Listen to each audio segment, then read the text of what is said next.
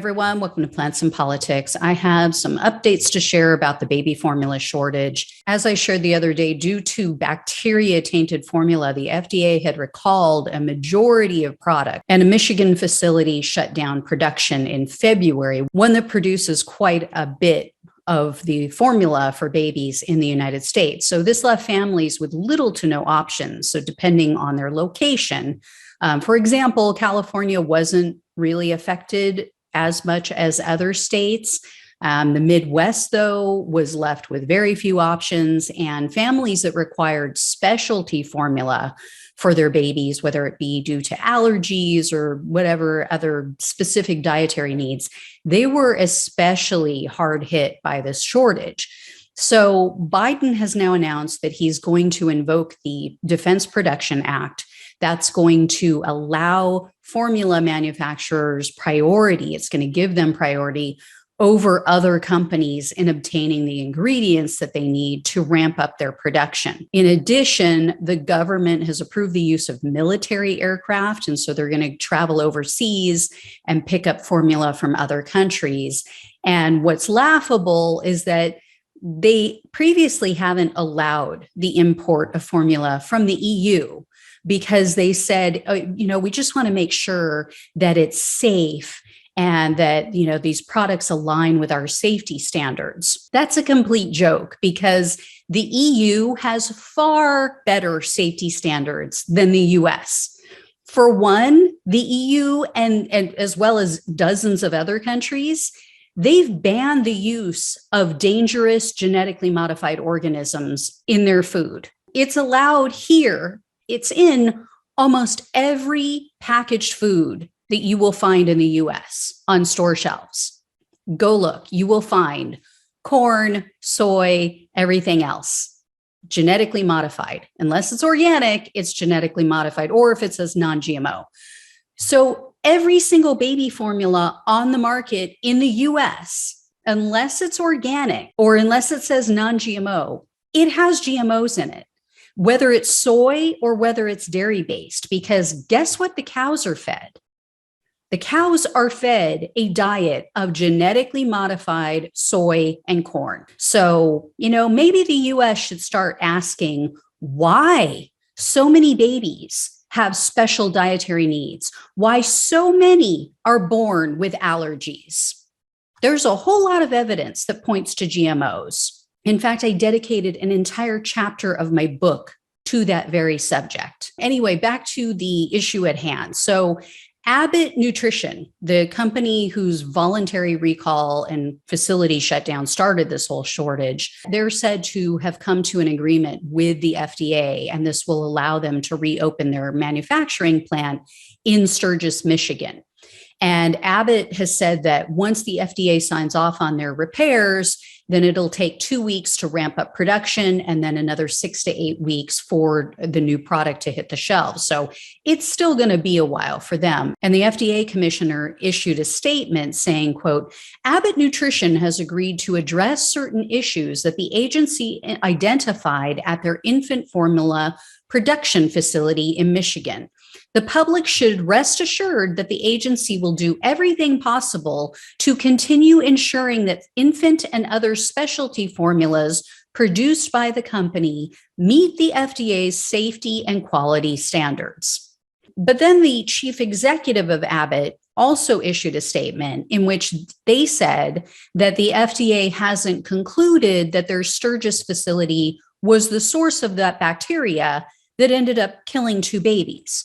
So are we to understand that there were other issues that they found at this Sturgis plant that hadn't been identified previously? And if their company isn't the source of this deadly bacteria, then where did it come from? How are parents supposed to feel safe and secure in feeding their babies until they've determined the source? And remember, the whistleblower, as I said the other day, this person came forward and warned the FDA all the way back in September of last year. And then they didn't start their investigation until the end of January of this year. It was months after they found out, and then it's been months since then. And they still have no clue? They still don't know where it came from. What I'd like to know is, in the several months that transpired between when the FDA was warned and then they sat on their ass and did nothing until the time they started to investigate, did one of their revolving door shills maybe tip off someone at Abbott? Were changes made before the FDA began investigating on January 31st? I'm just saying. I'm just asking. And it looks like the FDA has learned nothing. This is a complete tragedy. Babies are dead because of this, and they've learned nothing. They announced that they filed a consent decree with a Michigan court, and that consent decree will require that Abbott retain, quote, an independent expert to review the Sturgis facility's operations to ensure compliance with the law. So Abbott, not the FDA, will retain this quote unquote independent expert. You know who else retains and has retained independent experts who swear under oath sometimes even that their products are safe? Every single company and industry that has later been found to be harming the public. Think about it. Tobacco, asbestos, GMOs, BPA, processed meat, various prescription drugs. Think about the whole fen-phen thing that went down decades ago.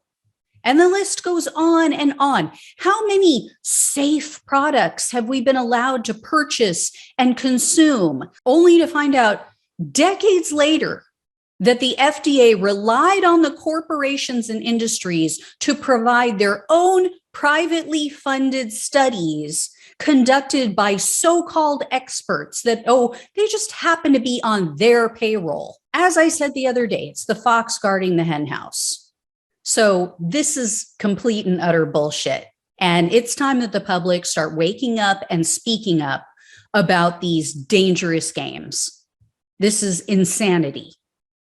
And speaking of corrupt and unethical behavior, after bitching and moaning about the Biden administration not taking decisive action to help families with babies, 192 House Republicans voted against a bill that would provide $28 million in funding to the FDA that would be specifically used for this whole baby formula crisis.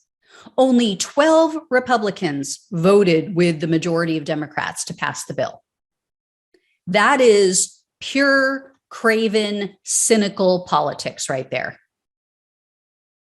To want your opponents to fail so badly that you would allow babies to starve is just plain evil. No other way to describe it.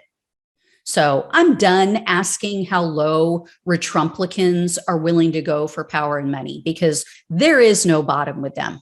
Nothing is sacred. Nothing is out of bounds for that portion, that wing of the Republican Party. They're sick. They're demented. That's all there is to it. Anyway, guys, if I hear more, I'll let you know. Thanks so much for watching and listening. Take care. I'll talk with you soon.